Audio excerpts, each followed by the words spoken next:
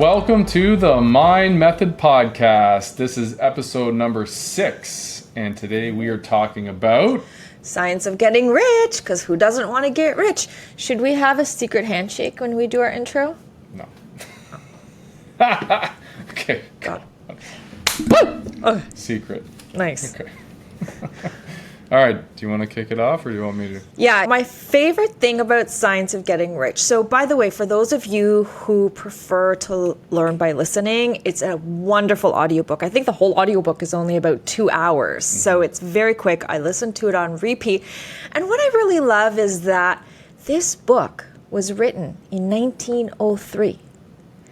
And the formula for getting rich is the same today as it was then.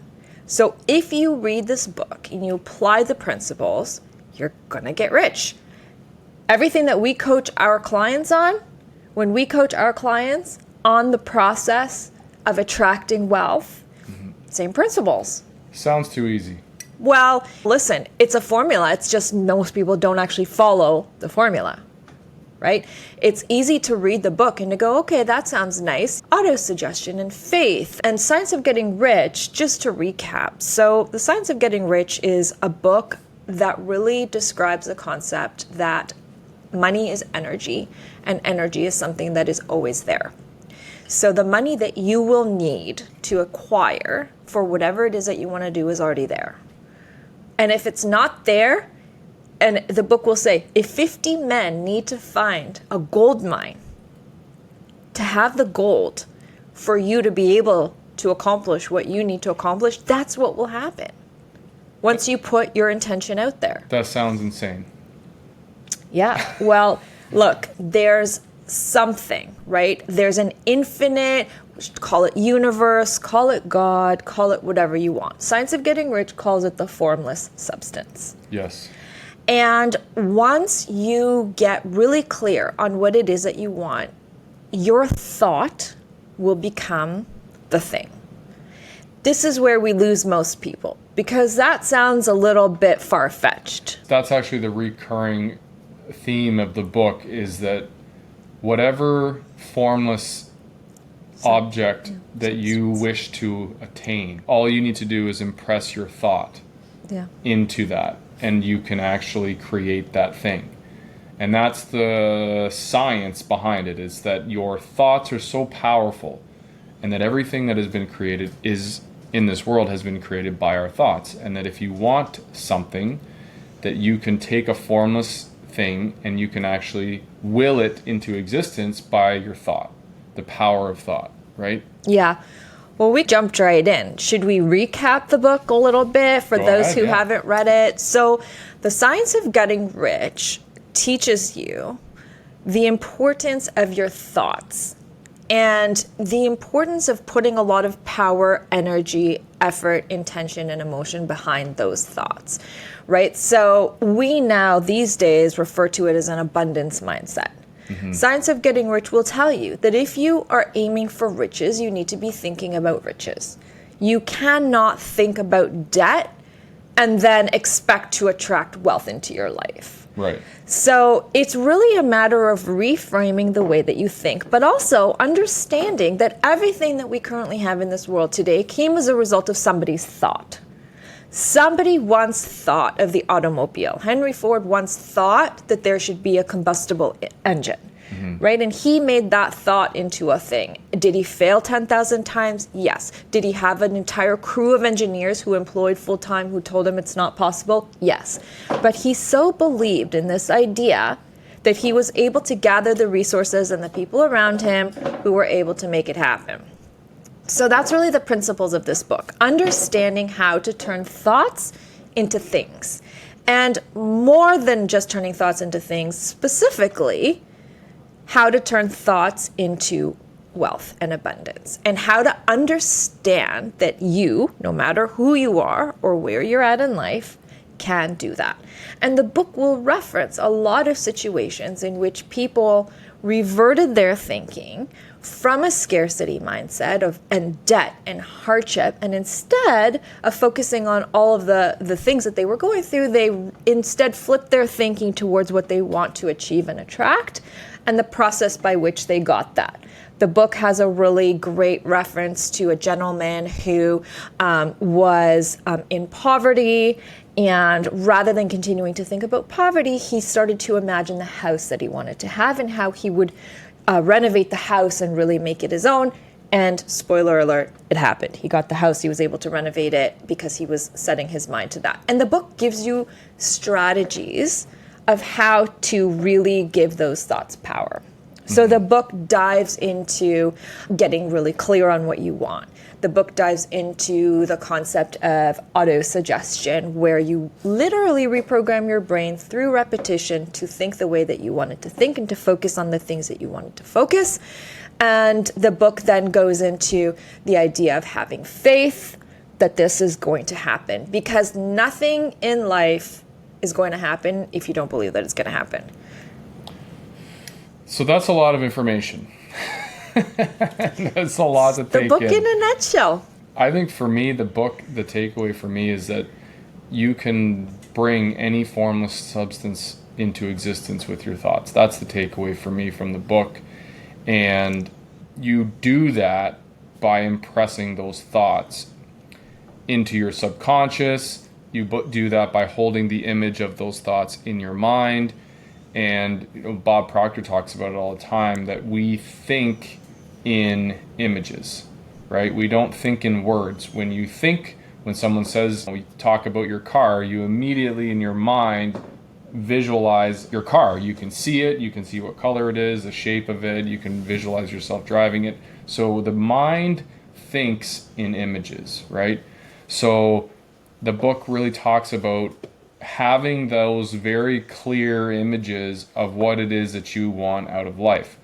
And when you live a life of lack and scarcity and doubt, and every day you're thinking about debt, and you're thinking about losing your house, and you're thinking about losing your job, and you're thinking about not paying your bills, those are literally the things that you attract more of in your life.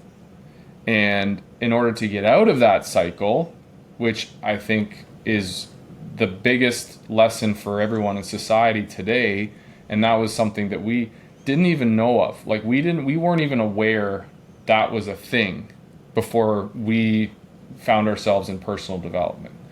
And I think that's a big lesson for today for people, is that you need to focus on that which you want instead of focusing on that which you have, and stop allowing your circumstance of life to dictate your future. So the now, if you are broke and in debt, and we were there, we were broke, we were in debt, we were working 2 full-time jobs, shift work, constantly grinding and worrying about debt.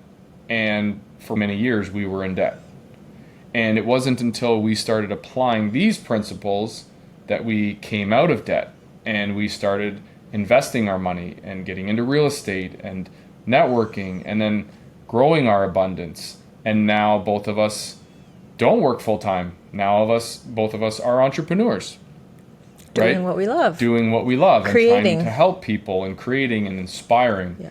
And I think that's a really cool thing to think that for both of us, that's what we did, and that's been our journey. And it can be literally anyone's journey. Is if you want something in life, hold that image in your mind every day in a very crystal clear way, and then move toward it. Yeah. And you can actually create the life that you want. Yeah, it's really amazing when you take the energy that you're spending worrying about how you're going to pay the next bill, and you instead refocus it on the concept of acquiring wealth. You start to have a lot of really cool ideas of ways to acquire wealth. Mm-hmm. Because the less time that you spend worrying and fearing where the money's going to come from, and you switch your thinking into making more money, you start to get really fun ideas. You start to think out of the box, and you start to think about doing more than trading your time for money and being unhappy about the fact that you're doing that, and actually finding creative ways to create alternate sources of income that maybe you wouldn't have thought of. And that's a really wonderful opportunity as well to start tapping into what it is that you're good at. Mm-hmm.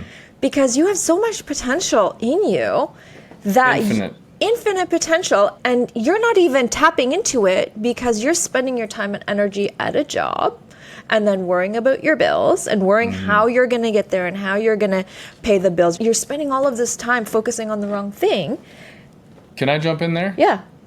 That is, I think, the experience for so many people because we get so caught up in our job.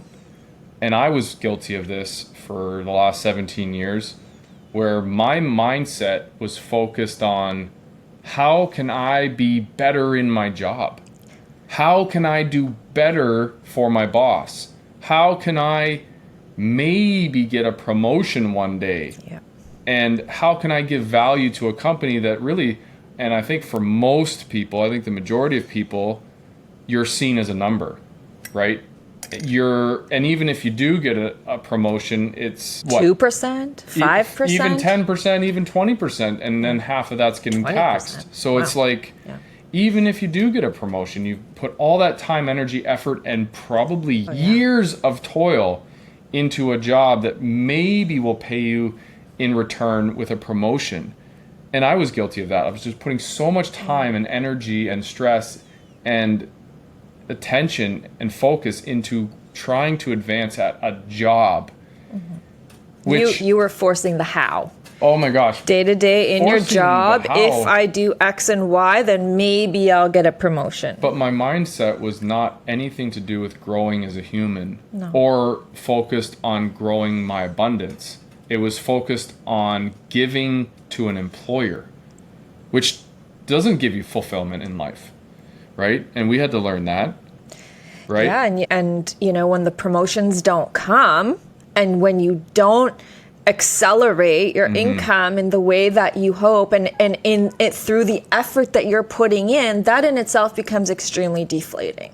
Yeah. And that is not good for your sense of self, because then you start to identify with the results that you've gotten at your job. You start to identify with the person who's not achieving in that job or not. If I don't get the promotion that I want, then I'm not very good at my job, or maybe I'm not worthy of getting this, or maybe I'm just not meant to be the person that makes more money. And that can put you in a very toxic window where you begin to have a lot of fear and doubt in yourself. I agree. Yeah. And I think it becomes your whole world. And then when you start moving into that negative vibration, I know I was guilty of it. I was very unsatisfied. I was very frustrated. It was a lot of frustration when you give something time and energy and focus into a job that doesn't recognize or appreciate you, and then obviously at the end of the day is not paying you any more money, and you're not attracting any abundance, and you're not getting further ahead in life. That can be extremely frustrating. And so for us, personal development was the key to unlocking that and changing everything for us.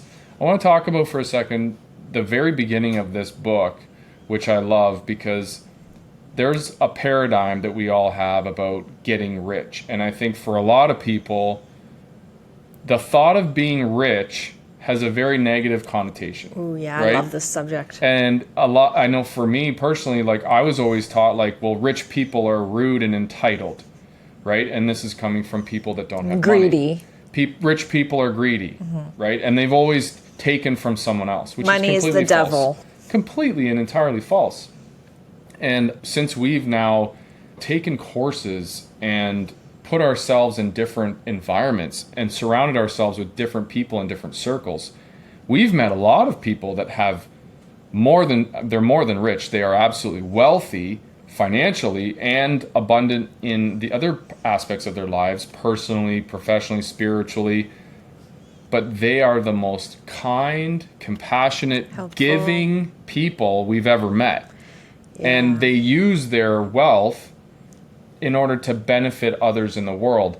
And if you want to talk about that, like I think that is like a really key concept to change the thought that he talks about this. It's the author is Maxwell Maltz, right? No, the author is Wallace D. Wattles. Science of Getting Rich? I'm thinking of the Maxwell wrong book. Maltz is Psycho-Cybernetics. Sorry, I was just talking to a client about Psycho-Cybernetics. Sorry. So, Wallace D. Wattles, he talks about how every man and woman your birthright to be rich. Yeah. Right? We're all entitled to be rich, and we should be rich. And the reason why we should be rich is not for selfish reasons. It's to give back. It's in order to benefit other people. Yeah. It's in order so that you can enrich the lives of those around you. So if you follow me, then you know that I talk all the time about the fact that we need to take the stigma out of the word more. Wanting more is a good thing, because when you have more, you can do more, you can give more of your time, your energy, your money. So having more is a good thing. So first, let's destigmatize the concept that wanting wealth is in some way greedy, selfish, or a bad thing. Right. It only is greedy and selfish and a bad thing if you want more so that you can buy more, right? If that's as far as you've thought about the concept of wealth, okay, sure, maybe that's greedy and you need to expand your horizons.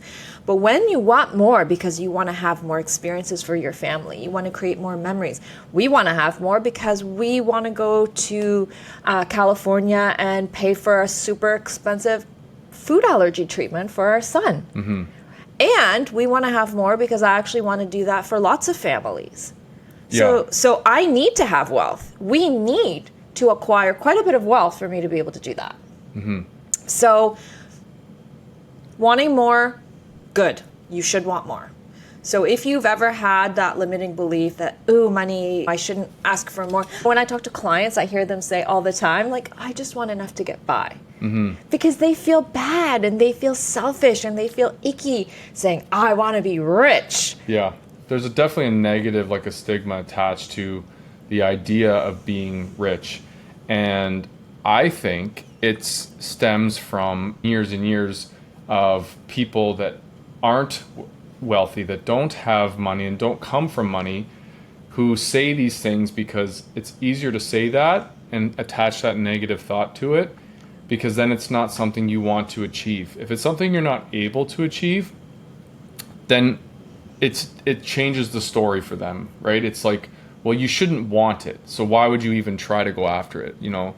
And instead of, well, I can't achieve it and I should want it, it's like, no, it's actually a bad thing and I don't want it, right? And I think for a lot of people, that's maybe why that story is told that way. And it's completely false. That's the message. Like, this is part of what he talks about in this book, and that's something that we completely agree with, is wealth and abundance and the pursuit of it is so that you can enrich as many lives in this life that you can. And helping our son with his allergies is not part of that. That's just our own selfish wants.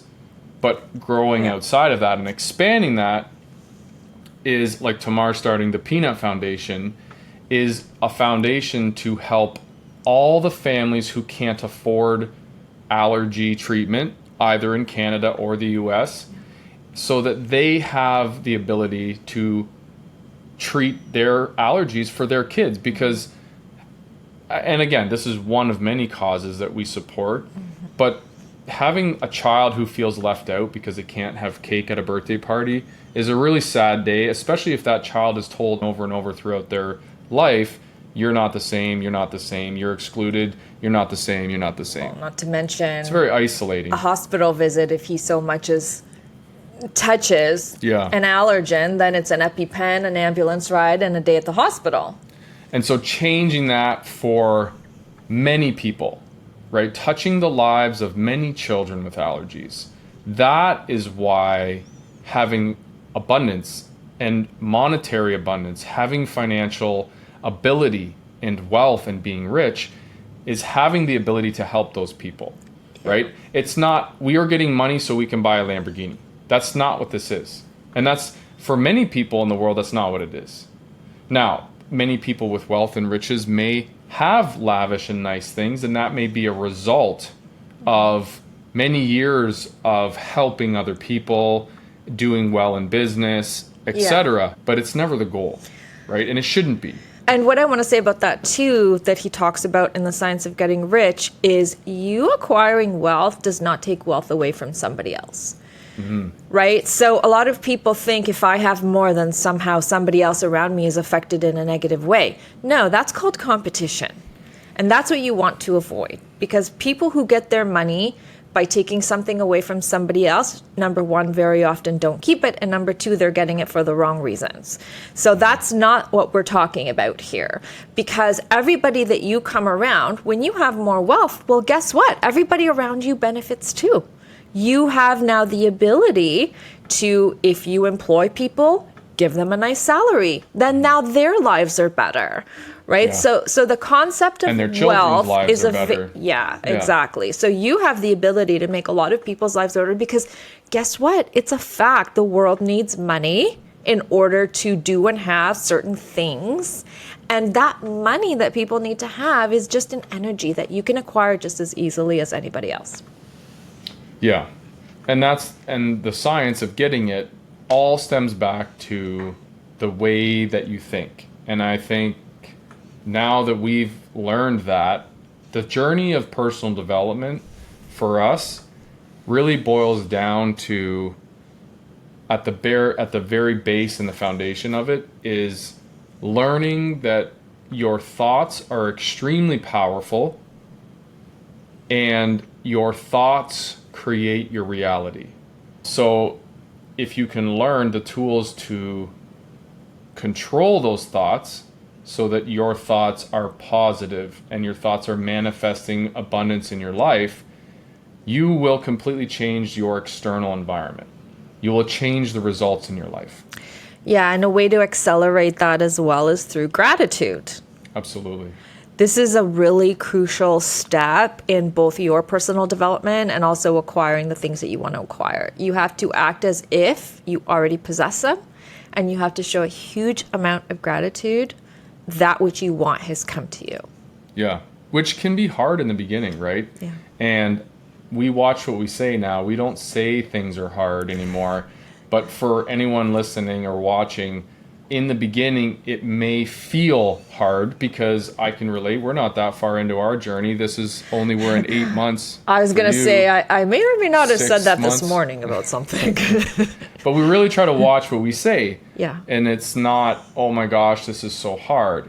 Yeah. So, and it's not, oh my gosh, I'm so tired. I have no energy. Oh, I This might is have so said that hard. too. I have no money. And if you continue to say those things, I think I said both. if you continue to say those things, the universe will agree with you and show you more reasons why you're right. Yeah. And because our thoughts are so powerful, and because our words come from our powerful thoughts, our words hold that power. And that leads into autosuggestion. Mm-hmm. And so why is autosuggestion so important? Autosuggestion is crucial because we spend years of our lives seeing the world through a very specific lens called our perspective. And the process of autosuggestion is reprogramming all of those automatic thoughts that happen to work in your favor and to take you to where you want to go. So the process of telling yourself, I am wealthy and here's all the amazing things I'm going to do with my wealth, might be very counterintuitive for a lot of people who have never thought about wealth before or what they would do with it if they had it. But it's that process of repetition and repeatedly choosing to tell yourself that you are working towards that which you want and acting as though it's already there. That also comes with surrounding yourself with the people who also are going to share that same frame of mind, because once you're using your autosuggestion to reprogram your own thoughts, you may want to also have a look at the people around you who are also influencing your thoughts, because your environment plays a big part around this. So if you are constantly around people who are going to be pulling you down and saying, who are you to think all of this stuff about wealth? That's not for our generation, demographic, home, family, whatever. And they're starting to influence you. Well, guess what? You need to surround yourself with more people who are on the same trajectory as you are. Absolutely. Yeah, your environment should change. When you start to do any type of self-work in personal development, the people that you surround yourself with will most definitely change. Yeah. Right? And you want to surround yourself with people who are affecting you in a positive way. One of the things that I like to talk to people about it, and one of the things that I've changed in my life, is eliminating drinking.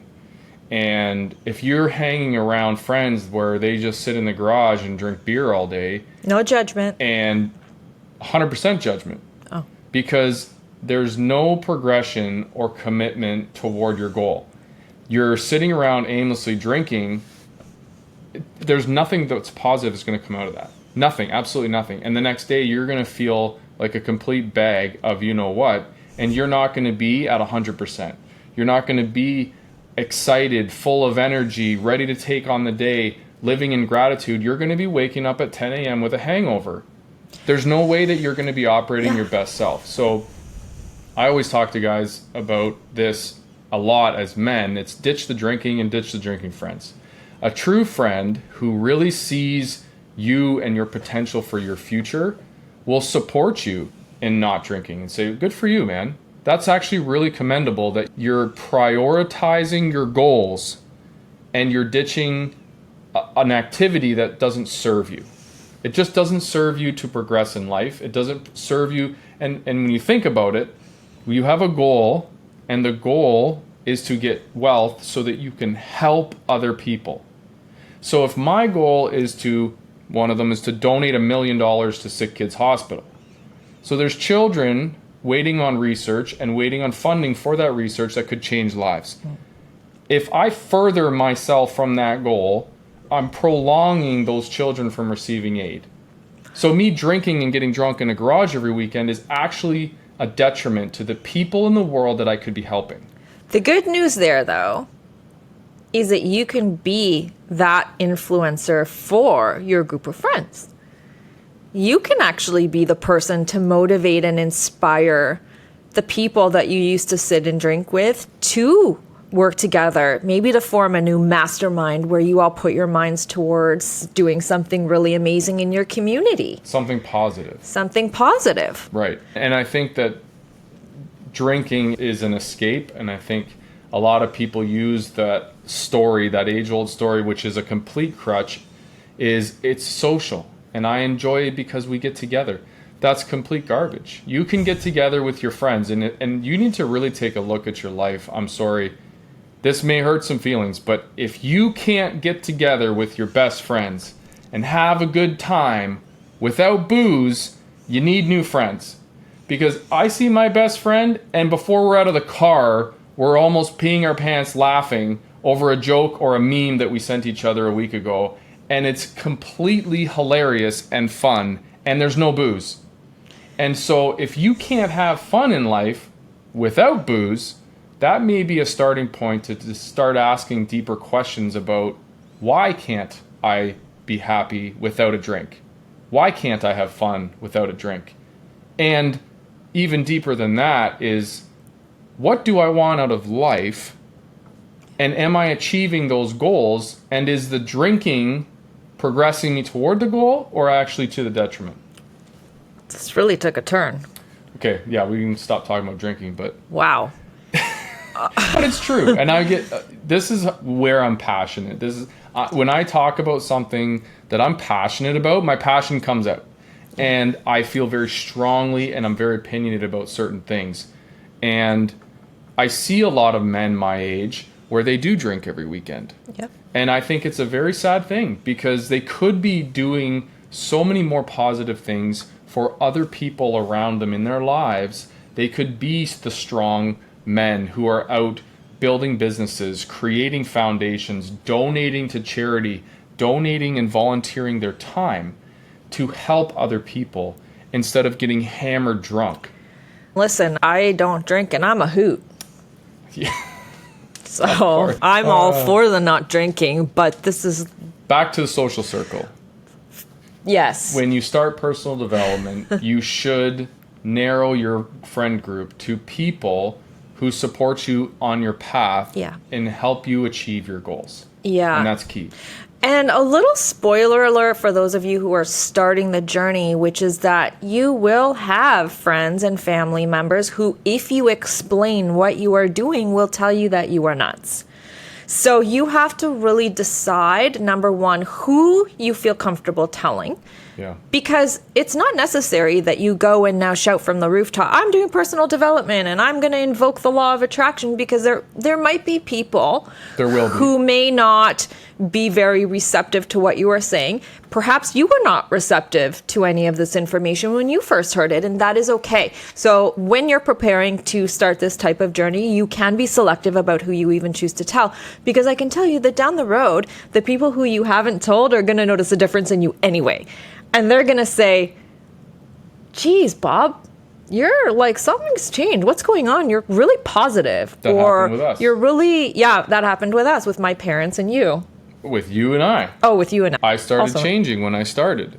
And you came to me and said, I don't know what you're doing, but you're completely different. You're in a better mood. Yeah. You're not upset anymore. You don't lose your temper with the kids. Yeah. Like, whatever you're doing, it's working.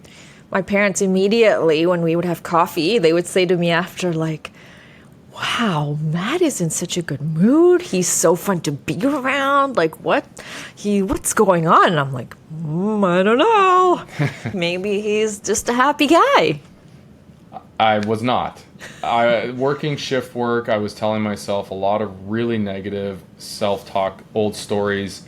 I'm tired. I work night shift. I'm allowed to be in a bad mood. I'm allowed to be tired. And I think a lot of people fall into that, where we tell ourselves these stories and we're not our best versions of ourselves for a lot of the time.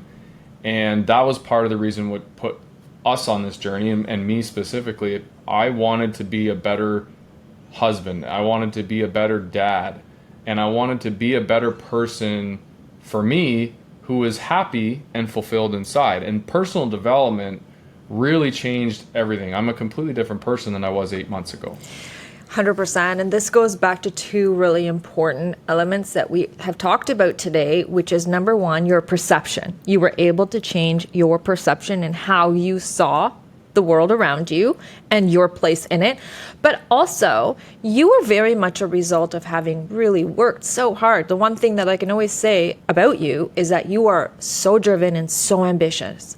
And in your job, you took the initiative to do so many different things to try to make that place a better place. Mm-hmm. And time again, you were completely shot down to the point where your perception of yourself and your job and your work and your role and your potential and your worth and your direction within that company shattered. And I watched you go from being so excited and ambitious and really excited to make that a better place to becoming deflated and almost a little bit helpless, which is such a horrible feeling to have, because when you feel like you're not able to get ahead and you're not able to make a difference and you're not able to actualize the dreams that you have for yourself, then you feel stuck. And being stuck is a really scary place to be. I think a lot of people are stuck. I think a lot of people feel stuck in their job. They feel stuck in life. They feel stuck in the positions in their job. They feel stuck in a relationship. They feel stuck in a community. The reality is, you create the life that you live in. Yeah. So the only confines, and this is the lesson, and for many people, they will disagree with this because they haven't understood this concept and they're not open enough to receive it, is that everything in your life has been created by the way that you think. And you do not need to allow the circumstances of your life to dictate your future. So if you are in a job that you dislike, you can get a new job. Yeah. If you live in a community you dislike, you can move to a new community. If you're in a relationship that's not healthy, you can get into a new relationship. You can leave that one. Everything in your life that you don't like, you can and have the power to change. You learned through this process that your worth is not determined by your work, and that the money that you can earn does not come through your job. From my job. From your job. It's a vehicle that comes through the job based on what you're creating around you, right? So for the people who feel stuck because they want to get out of their 9 to 5, but they don't feel that they have the skills to move to a better paying job, you don't need to worry about the next job. All the work for right now is in here. Well, I think the first thing should be personal development. That's what I'm saying, and how you have to work on your mind Yeah. and how you think. Learning the way that you think, and then learning the law of attraction, and learning the science of yeah. getting rich. And eventually those things that once you're focused on abundance and positivity will show up in your life. Exactly. It's letting go of the focusing on the how, right? The day-to-day, how do I excel at my job more? And thinking, how do I excel in life more? And that starts from within, right? You were able to change your circumstance because you changed how you looked at your circumstance. Mm-hmm. Yeah. And everyone can do the same. Yeah. So, Science of Getting Rich, amazing book. If you don't own it, go pick it up. It's available hard copy, or you can get it on Audible as well. They also have on YouTube, they have a 2-hour narration, which is really good. I actually just listened to it yesterday. So, Science of Getting Rich, we are all infinitely able to be rich. We should all be rich. We should all want to be rich. And we should all want to be rich because it enriches the lives of others. And there is a certain way to get rich. Mm-hmm. You need to learn the formula and then apply it. Read the book. Woo! Yes. And we'll see you on the next episode 7. We haven't figured out what it'll be about, but it'll be awesome. Did you like that? With your fingers. Well, I'm doing the 7. Should we do our secret handshake, which is a high five? Hang on. How do I get... Woo! Secret handshake. Yeah. Well, I said handshake. You said high five. Okay. You made the handshake into a high five. Right. So now it's just a secret high five. Have an amazing day, guys. Mind Method. We'll see you on the next one.